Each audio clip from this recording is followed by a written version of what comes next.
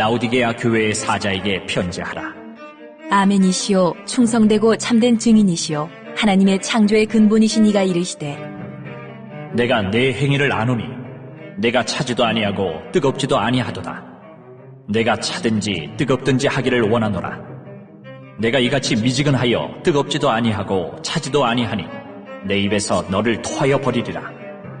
내가 말하기를 나는 부자라 부유하여 부족한 것이 없다 하나 내 곤고한 것과 가련한 것과 가난한 것과 눈먼 것과 벌거벗은 것을 알지 못하는도다.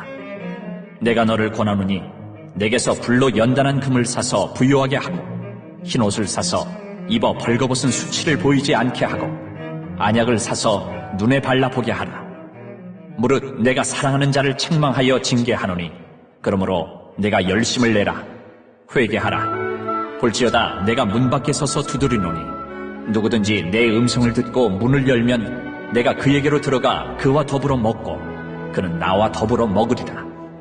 이기는 그에게는 내가 내 보좌에 함께 앉게 하여 주기를 내가 이기고 아버지 보좌에 함께 앉은 것과 같이 하리라. 귀 있는 자는 성령이 교회들에게 하시는 말씀을 들을지어다. 사랑의 하나님, 오늘이라는 선물 주셨음에 감사합니다.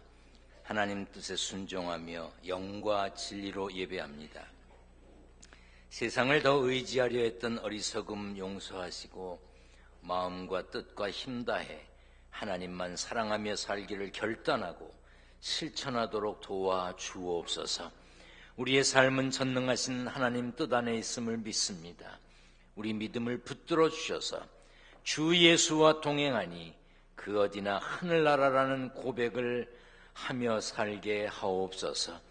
객지, 외국, 군대, 병상에 있는 성도들, 인터넷과 휴대전화로 세계 곳곳에서 예배에 함께하는 이들 모두 치유와 회복의 역사를 주옵소서. 부족한 종이 말씀 전합니다. 성령께서 역사하여 주시기 원하며 예수님의 이름으로 기도하옵나이다. 아멘. 할렐루야. 하나님의 은혜와 평강이 함께 계시기를 축원합니다. 사부예배 성경봉독은 2층에서 장로님이 하셨습니다. 여러분은 중계로 보셨습니다. 이제 또 어떤 때는 제가 축도를 밑에 가서 할 것이고요. 어떤 때는 설교를 2층에 가서 하고 여기는 화면으로 보고 이렇게 하겠습니다. 방송 장비 테스트가 잘 돼서 잘 진행이 되어 감사합니다.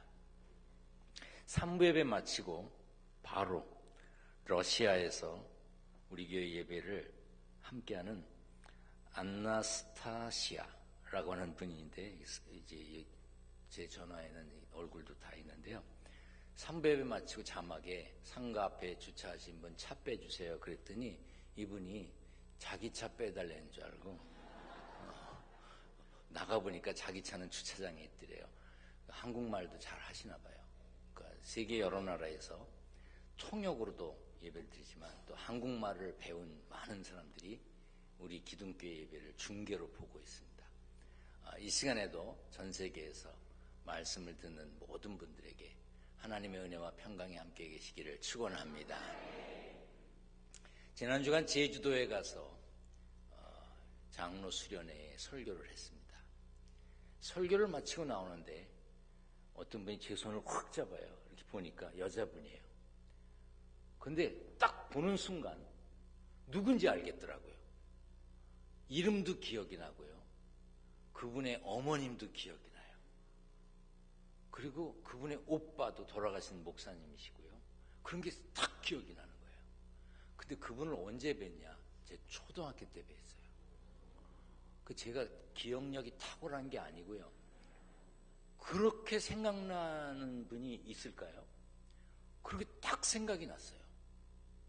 야, 세상에 50년도 전인데 야, 얼마나 반갑든지요.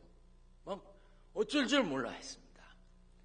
그분은 저보다 아마 몇 살 더 많으신 분이라고 생각되는데 제주 기적의 교회 정성황 목사님 사모님이 되셨더라고요.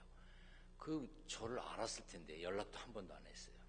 그래서 한 살이라도 더 먹은 사람이 연락도 하고 살지 이렇게 살았냐고 그러면서 하여튼 반갑게 인사를 나눴어요. 그리고 돌아서서 오면서 이 다음에 하나님 나라에 갔을 때 우리 주님 우리를 기억하시고 얼마나 반갑게 맞아주실까? 앞서가신 믿음의 선조들, 제 어머님이 얼마나 반가워하실까? 50년 만에 봤는데도 딱 생각이 나는데 정말 아주 은혜가 됐습니다. 우리가 누구를 만나면 오셨어요? 안녕하세요? 이러지 말고 50년 만에 만난 것처럼 자, 우리 옆에 분과 지금 절 봐. 뭘 급해. 지금 옆에 분을 50년 만에 만났어. 자, 인사합니다. 시작 해봐요.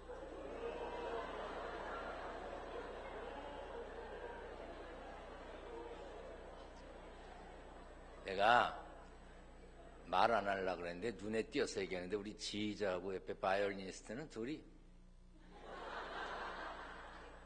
그건 닷새 전에 만났어도 그렇지는 않을 거다. 다시 지금 500년 만에 만났어. 자, 우리 한번 인사합니다. 반갑습니다. 반갑습니다.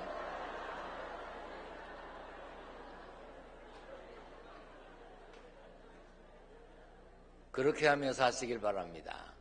아멘. 우리 성경을 높이 들고 고백합니다. 저는 예수 믿어 구원받았습니다. 저는 예수 믿어 하나님 자녀 되었습니다. 저는 예수 믿어 천국 백성 되었습니다. 하나님께서 선물로 주신 오늘 하나님 말씀으로 가르침을 받습니다. 눈을 열어 주위의 법안에 있는 놀라운 진리를 보고 깨닫게 하소서. 아멘으로 순종하여 하나님께 영광 돌리는 삶 되게 하소서. 아멘. 그런 삶이 되시기를 축원합니다. 요한계시록 전반부에는 7개 교회가 소개됩니다. 그 중에 라오디게아 교회는 칭찬받은 것은 없고 책망받은 것만 기록되어 있습니다. 먼저 내가 네 행위를 아노니 네가 차지도 아니하고 뜨겁지도 아니하도다. 네가 차든지 뜨겁든지 하기를 원하노라 했습니다. 이 말은 라오디게아 교회의 지역적인 특성을 알면 금방 이해할 수 있습니다. 라오디게아는 물 공급이 원활하지 않은 도시였습니다.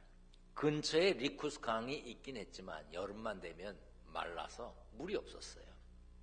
그래서 물을 구하기 위해 수로를 만들었습니다. 유럽 여행을 하셨던 분들 중에는 수로가 많은 것을 아마 아실 겁니다. 라오디게아는 서쪽으로부터 14km 떨어진 곳 골로새여서 차가운 물을 공급받고요. 남쪽으로 8km 정도 떨어진 이제 히에라볼리에서 뜨거운 온천수를 공급받았습니다. 이 히에라볼리는 지금도 온천 지역으로 유명하지요. 긴 수로를 타고 골로새에서 찬물이 오고 히에라볼리에서 더운 물이 오지만 오다가 더운 물은 식고 찬 물은 뜨뜻해지면서 차지도 덥지도 않은 미지근한 물이 되어버렸습니다. 수로를 타고 온 물에는 불순물이 섞여 있기도 했고 더러워진 물은 병을 일으키기도 했습니다. 그런 배경을 생각할 때 예수님이 라오디게아 교회에 하신 말씀은 네가 목욕을 하기에 적당할 만큼 뜨겁든지 마시기에 적당할 만큼 차갑든지 해야지 차지도 덥지도 않은 거 그게 무슨 신앙생활이 그 모양이냐. 그리고 책망하신 겁니다. 당시 라오디게아 교회는 이것도 저것도 아닌 상태, 열정과 정체성을 잃어버리고 특징이 없어진 상태였습니다. 그래서 예수님이 꾸중하신 것이지요. 17절에 보면 라오디게아 교회가 왜 미지근해졌는지 알 수가 있습니다. 네가 말하기를 나는 부자라 부요하여 부족한 것이 없다 했습니다. 부요함, 넉넉함, 부족함이 없는 것, 이것이 영적 미지근함의 원인이었습니다. 라오디게아는 교통의 요충지였어요. 동서남북 중요한 도로가 라오디게아를 통과했습니다. 교통과 상업의 중심지였기 때문에 라오디게아는 돈이 많았어요. 돈이 많이 도는 동네였습니다. 라오디게아가 얼마나 부유한 동네였냐 하면 60년도에 이제 큰 지진이 있었는데 그 지진으로 도시가 파괴됐어요.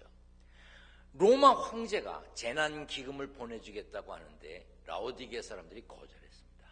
우리 돈 많다.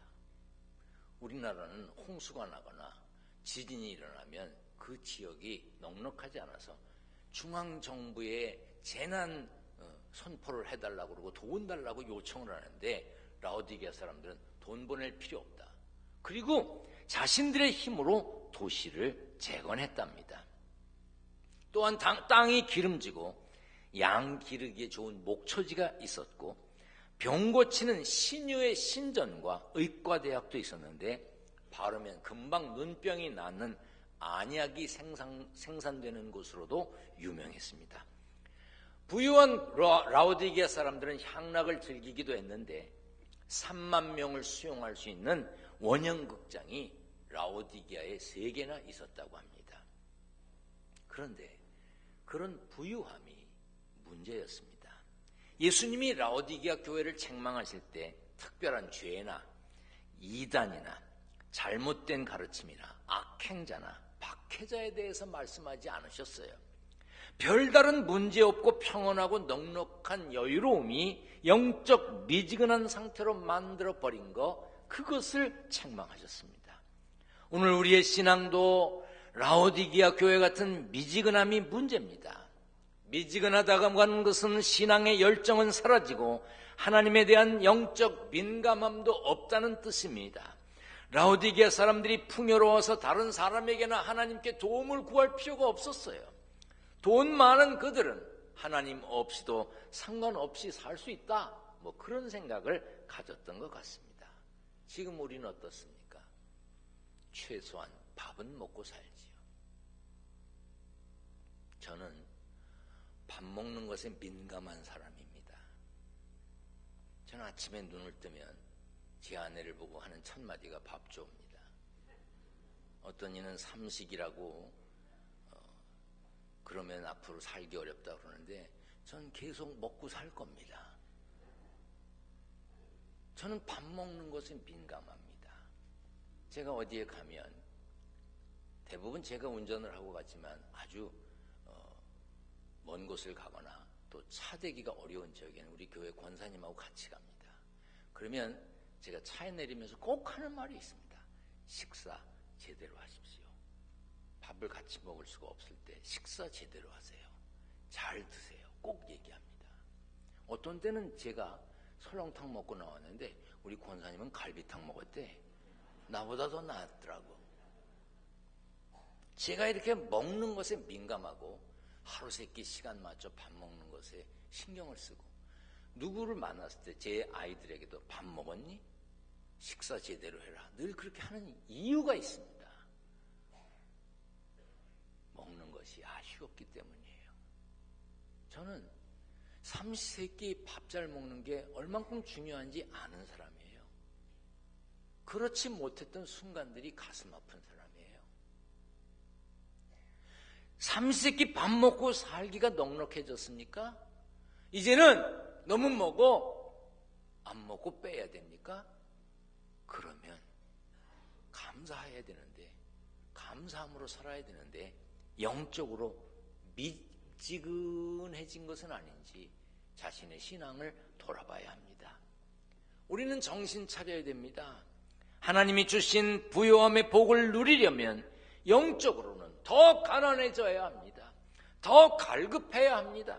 이 말은 경제적으로 가난해야 못 살아야 신앙을 지킬 수 있다는 뜻이 아닙니다. 바울은 가난을 이겨낼 줄 알고 부유함을 누릴 줄도 안다고 했고 배부를 때나 배고플 때나 넉넉할 때나 궁핍할 때나 어려운 형편에 처해서도 기뻐하고 즐거워한다고 그랬어요. 부유하여 넉넉해졌을지라도 어렵게 살더라도 하나님이 함께 하시는 풍요를 누릴 줄 알아야 된다는 뜻입니다. 참 신앙인은 풍부함이나 궁핍함이나 어떤 환경에도 상관없이 신앙을 지켜야 합니다. 마태복음 5장에 예수님은 심령이 가난한 자는 복이 있나니 천국이 그들의 것이라고 했습니다. 미지근해진 신앙이 다시 뜨거워지려면 가난한 마음이 필요합니다. 가난한 마음이란 세상과 물질에 얽매이지 않는 것입니다. 오직 하나님만 의지할 수밖에 없음을 고백하는 거예요. 하나님만이 나를 완전하게 하신다는 것을 믿는 것, 그것이 가난함입니다. 심령의 가난함. 시편 69편에 오직 나는 가난하고 슬프오니 하나님이여 주의 구원으로 나를 높이소서 했고, 시편 70편에 나는 가난하고 궁핍하오니 하나님이여 속히 내게 임하소서. 주는 나의 도움이시여 나를 건지시는 이시오니 여호와여 지체하지 마소서 했습니다. 이러는 가난한 마음으로 하나님을 구해야 영적으로 회복할 수 있다는 뜻입니다. 예배 드려도 미지근하십니까? 가난한 마음, 간절한 마음이 없기 때문일 것입니다. 기도해도 불안한 마음 여전하십니까? 하나님이 우리의 삶을 주관하신다는 것을 의심하기 때문일 것입니다. 신앙생활에 중요한 것은 목마름, 갈급함입니다. 오늘 예배하지 않으면, 오늘 말씀 듣지 않으면, 오늘 기도하지 않으면 내 영혼은 죽는다고 하는 간절함이 있어야 되고, 생명의 양식만이 나를 살린다고 하는 갈급함도 있어야 합니다. 우리는 편안하게 신앙생활하지만 세계 곳곳에서는 박해 속에서 신앙을 지키는 이들이 많습니다. 이 예배가 중계되고 통역을 통해 세계 곳곳에서 예배드리기 때문에 특정 지역이나 특정 국가, 특정 단어를 표현할 수는 없습니다. 그러나 언제 체포될지, 언제 죽을지 모르는 가운데 신앙생활하는 이들이 많습니다. 인터넷으로, 휴대전화로, 골방에서 문 꼭꼭 걸어 잠그고 소리나지 않게 이 말씀을 듣는 분들이 계십니다. 기둥교회 예배를 중계로 보는 분들이 많아요. 극심한 박해가 있어도 이겨나가는 사람들이 있다는 것은 참으로 놀라운 일입니다. 그것에 비해 편안하게 신앙생활을 하고 있으면서도 미지근한 상태에 빠진 우리는 부끄럽습니다. 예수님은 뜨겁지도 아니하고 차지도 아니하면 토해버리겠다고 하셨어요. 우리 이제 뜨거운 신앙의 열정을 회복해야 합니다. 여러분, 뜨거운 신앙의 사람으로 사시기를 바랍니다. 잠깐 잘하는 거, 그거 못할 사람이 어디 있습니까? 열정이라고 하는 거, 한순간 땀 흘리고 막 하는 거, 그게 열정이 아니에요. 그건 일반적인 단어의 열정입니다. 신앙적인 열정, 종교적인 열정은 하던 일을 계속해서 반복해서 또 하면서도 계속 잘하는 열정을 말하는 거예요. 일반적인 열정을 말하는 고난도 의미하는 패션을 말하는 게 아니라 종교적인 신앙적인 열정, enthusiasm이라고 하는 단어를 사용합니다. 잠깐 교사하는 거, 1년 정도 찬양대 하는 거, 그거 누가 못합니까? 안내위원, 주차 안내 1년 맘먹고 하면 할 수 있죠. 10년, 20년 계속해서 잘하는 게 어려운 거예요. 집사, 권사, 장로, 목사 되고 잠깐 열내면서 일하는 거 누가 못합니까? 그러나 계속 반복돼서 반복하면서 계속 잘하는 거 어려운 거예요. 제가 철들고 목회하면서 고개만 숙이면 하는 기도가 있습니다. 하나님, 제가 목사로서 목회의 기술자가 되지 않게 주시옵소서. 처음 설교하기 위해 강단에 섰을 때 두렵고 떨림으로 강단에 서서 입에 침이 마르면서 입술에 침을 발라가며 설교했던 그 두렵고 떨림을 간직하게 해주시옵소서. 어느 주일이고 어떤 시간이고 강단에 섰을 때 소홀함이 없게 해주시옵소서. 한순간도 쉽게 생각하지 않게 해주시옵소서. 그게 제 기도입니다. 잠깐 잘하는 건 누가 못합니까? 계속 잘하는 것을 하나님이 원하시는 거예요. 그런 열정을 회복하시기를 축원합니다. 예수님은 라오디게아 교회를 향해 3가지를 권면하셨습니다. 상업에 익숙한 사람들에게 사라! 돈 주고 사! 값 주고 사라고 했습니다. 첫째는 불로 연단한 금을 사서 부요하게 하라고 하셨습니다. 베드로전서에 너희 믿음의 확실함은 불로 연단하여도 없어질 금보다 더 귀하여 예수 그리스도께서 나타나실 때의 칭찬과 영광과 존귀를 얻게 할 것이니라 했습니다. 미지근해진 신앙이 뜨거워지기 위해서는 예수님이 주시는 불로 연단한 금이 필요합니다. 우리가 살면서 겪는 여러 시련이, 어려움이 우리의 믿음을 금처럼 순수하게 빛나게 한다는 뜻입니다. 그래서 고난이 있다는 것은 제대로 믿고 있다는 증거라고 하는 말도 있잖아요. 내가 찬양대를 하는데, 내가 교사를 하는데, 내가 주차위원을 하는데, 내가 선교회를 맡아서 하는데 아무 힘든 게 없어. 불편한 게 없어. 글쎄요, 잘 안 하고 있다는 뜻 아닐까요? 열심히 하려면 불편함이 있습니다. 어려움이 있습니다. 미움도 받습니다. 태풍은 피해를 줍니다. 그러나 태풍이 있어야 하늘과 바다가 깨끗하게 정화되기도 합니다. 태풍이 바다를 휘저어 바닷물 깊은 곳까지 산소를 공급해 준다고 합니다. 인생의 태풍도 우리를 힘들게, 때로는 아프게 하지만 우리의 믿음을 견고하게 해주는 역할을 하는 것입니다. 욥기 23장에 그러나 내가 가는 길을 그가 아시나니 그가 나를 단련하신 후에는 내가 순금같이 되어 나오리라. 예전 번역에는 정금같이 되어 나오리라고 했어요. 혹 지금 힘들더라도 순금같이, 정금같이 될 때를 기다리며 믿음으로 승리하시기를 축원합니다. 두 번째는 흰옷을 사서 입으라고 그랬어요. 벌거벗은 수치를 보이지 않게 하라고 했습니다. 그때 그들은 영적으로 벌거벗은 상태와 같았습니다. 흰옷을 사서 입으라는 권면은 회개하여 예수님이 주시는 은혜의 옷을 입으라는 뜻입니다. 세 번째로는 안약을 사서 눈에 바르라고 했습니다. 그들에게는 눈병을 치료하는 안약이 있었습니다. 그러나 그들은 영적인 시각장애인들이었습니다. 옳고 그름을 분별하지 못했어요.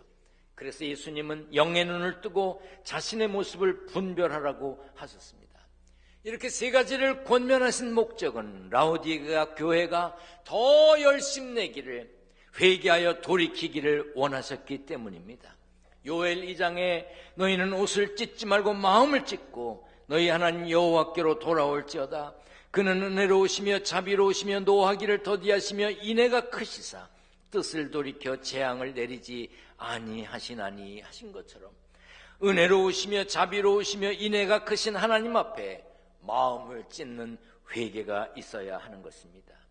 라오디게아 교회가 그때 그 경고를 귀담아 들었는지 아닌지 우리는 알 수가 없습니다.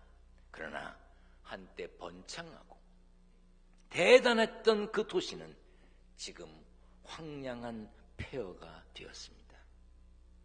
우리도, 우리 교회도, 한국 교회도 예외는 아닙니다. 정신 차려야 합니다. 과거의 부흥과 영광에만 머물러 열심내지 않고 회개하지 않으면 미지근해질 수밖에 없어요. 그런데 이미 미지근해지는 성도, 미지근해지는 교회들이 있습니다. 영국 런던의 메트로폴리탄 처치는 유명한 설교가 찰스 스펄전 목사님이 목회하던 교회입니다. 찰스 스펄전 목사님은 얼마나 대단하신 분이냐면 당대의 최고의 설교가였습니다. 책도 많이 쓰셨어요. 그래서 저도 제 책꽂이에 스펄전 목사님의 책이 여러 권이 있습니다. 훌륭하신 분이에요. 세계에서 제일 큰 교회를 목회했습니다. 1866년 그 교회 소속 교인이 4,366명이었어요. 1866년에 4,300명이 넘는 사람들이 모였어요. 당시 세계에서 제일 큰 교회입니다. 그런데 그렇게 유명한 설교가가 있었고 그렇게 많은 성도들이 모였던 교회가 지금은 교회 건물은 너무 큰데 모이는 사람들은 적어서 난방비를 제대로 낼 수가 없어서 큰 교회 안에 조그만 칸막이를 만들어 놓고 그 안에서 사람들이 모여 예배 드린답니다. 사랑하는 성도 여러분, 우리는 신앙생활 할 때 그저 차지도 않고 덥지도 않고 뜨뜻미지근하게 신앙생활하면 그런 결과의 주인공이 될 수도 있다는 사실을 알아야 합니다. 사도 바울은 표대를 향하여 그리스도 예수 안에서 하나님이 위에서 부르신 부름의 상을 위하여 달려간다고 했어요. 달려가야 합니다. 뛰어가야 합니다. 열심내야 합니다. 열심히 믿어야 합니다. 믿는 동 마는 동 애매한 태도를 보이기 때문에 문제예요. 여러분 신앙생활하면서 여러분들 자녀들 앞에서, 친척들 앞에서, 친구들 앞에서, 일터에서 여러분들이 크리스찬인 것, 예수 믿는 것 분명히 해야 합니다. 어정쩡하게 대하면 안 되는 것입니다. 그러다 보면 사람들이 우리를 우습게 합니다. 세월도 흘렀고 그분이 지금 안 계시니까 편안하게 말씀드리겠습니다. 왜 그런 거 있잖아요. 이제는 말할 수 있다 뭐 이런 거. 본성전에서 예배를 드리는데 일부 예배 7시 예배를 드리고 제가 바깥에서 인사를 합니다. 승리하세요. 승리하세요. 인사하는데 저쪽으로 주차장에서 나오는 경비실이 있었어요. 그 경비실 앞으로 장로님 한 분이 성경을 이렇게 하고는 까치발을 들고 이러고 가시면, 아니 그냥 당당하게 걸어가시면 어딜 잠깐 다니러 가시나 뭐 그랬을 거예요. 저도. 근데 아주 이러면서 눈치를 봐가면서 이렇게 가시니까 내가 느끼기에 수상하더라고. 그런데 저는 그런 걸 또 가만히 못 봐. 장로님 어디 가세요? 그랬지. 가시다가 서가지고 굉장히 난감한 표정으로 저를 쳐다보시길래 오시라고 그랬어요. 어디 가세요? 대답을 못 하셔. 어디 가세요? 조카가 결혼을 해서. 조카가 결혼하세요? 몇 시에 하는데요? 11시. 그 형님이나 동생은 아마 신앙생활 안 했던 것 같아요. 왜냐하면 신앙생활하는 사람이 주일날 아침 11시에 결혼식이에요. 그건 뭔가 문제가 있는 거지요. 그러니까 제가 느끼기에 이 양반이 일부 예배 드리고 조카 결혼식에 가시는가 보다 생각을 했어요. 그래서 물었습니다. 장로님, 거기에 결혼식에 가면 다른 사람들이 저 기둥교회 장로가 일부 예배 드리고 왔구나 그러겠어요. 기둥교회 장로가 주일날 교회도 안 가고 결혼식에 왔네 그러겠어요. 더구나 안 되겠네. 제가 뭐 이렇게 악한 사람이 아니라서 제가 얼마나 착한 사람이에요. 그래서 장로님 다녀오세요. 다녀오시라고 그래야지 뭐라 그래요. 가신다는데 내가 뭐 목을 매요. 다녀오세요. 그리고 들어왔어요. 2부 예배 설교하려고 강대상에 섰는데요. 결혼식 간다는 그 장로님이 저 뒤에 서갖고 이러고 서 있는 거예요. 왜? 안 갔다 이거야. 안 갔다 이거야. 3부 예배 설교하려고 그러는데 저 뒤에 또 서 있어. 왜? 안 갔다 이거야. 계속 서 있어. 저는 그 장로님께 감사드립니다. 그런데 우리가 알아야 됩니다. 우리가 신앙생활하는 사람으로서 나 자신뿐 아니라 내 가족들에게, 내 친구들에게, 주변 사람들에게도 내가 크리스찬인 것을, 내가 주일이면 교회에 가서 예배드리는 사람인 것을, 내가 식사할 때 기도하며 밥 먹는 사람인 것을 보여줘야 합니다. 사람들 앞에서도 확실한 신앙인이어야 하나님이 은혜를 주시는 것이지요. 우리는 본문 20절의 말씀을 기억해야 됩니다. 볼지어다 내가 문 밖에 서서 두드리노니 누구든지 내 음성을 듣고 문을 열면 내가 그에게로 들어가라 그와 더불어 먹고 그는 나와 더불어 먹으리라. 예수님을 내 안에 모시면 그리스도의 향기로 살려면, 세상에 빛되고 소금되게 살려면 신경 쓰고 살아야 되고 불편하게 살아야 되는 것이 많습니다. 만약 우리의 신앙의 열정이 미지근해졌다면 내 안에 들어와 계셨어야 될 예수님이 문 밖에 계신 거예요. 아니, 내가 내보냈을 수도 있어요. 마음문을 열고 예수님을 모셔드려야 합니다. 여러분 자신에게, 여러분 가정에, 여러분 일터에 열심내야, 열정을 가지고 신앙생활해야 칭찬받고 상받고 복을 누리는 것입니다. 차지도 덥지도 않은 상태라면 이제 신앙의 온도를 올려야 됩니다. 영적으로 뜨거운 신앙생활을 해야 합니다. 그래야 칭찬받고 하나님 아버지 보좌에 앉는 은혜의 주인공이 될 수 있습니다. 저는 물론이고 여러분 모두가 영상으로 휴대전화에서 말씀을 듣는 모든 분들 잘했다, 칭찬받는 자리에 주인공으로 서시기를 축원합니다. 축원합니다. 전능하신 하나님 감사합니다. 차지도 덥지 않은 미지근한 신앙인이 아니라 신앙의 열정을 가지고 신앙의 온도를 올리며 열심히 달려가는 하늘 백성들 되게 하여 주옵소서. 그리하여 칭찬받고 하나님 아버지 보좌에 앉는 은혜의 주인공이 되게 하여 주옵소서. 말씀을 전했습니다. 말씀을 들었습니다. 고개만 끄덕이고 그치는 삶이 아니라 내 삶이 하나님께 영광 돌리고 사람들에게 그리스도의 향기를 풍기는 복된 삶의 주인공이 되게 하여 주옵소서. 땀 흘려 일하여 얻은 소득을 구별하여 드리려고 합니다. 11조, 감사헌금, 건축헌금, 선교헌금, 1,000번째 예물, 여러 가지 제목으로 드리는 물질을 하나님 받아 주시옵소서. 우리 주님 예수 그리스도의 이름으로 기도하옵나이다. 아멘.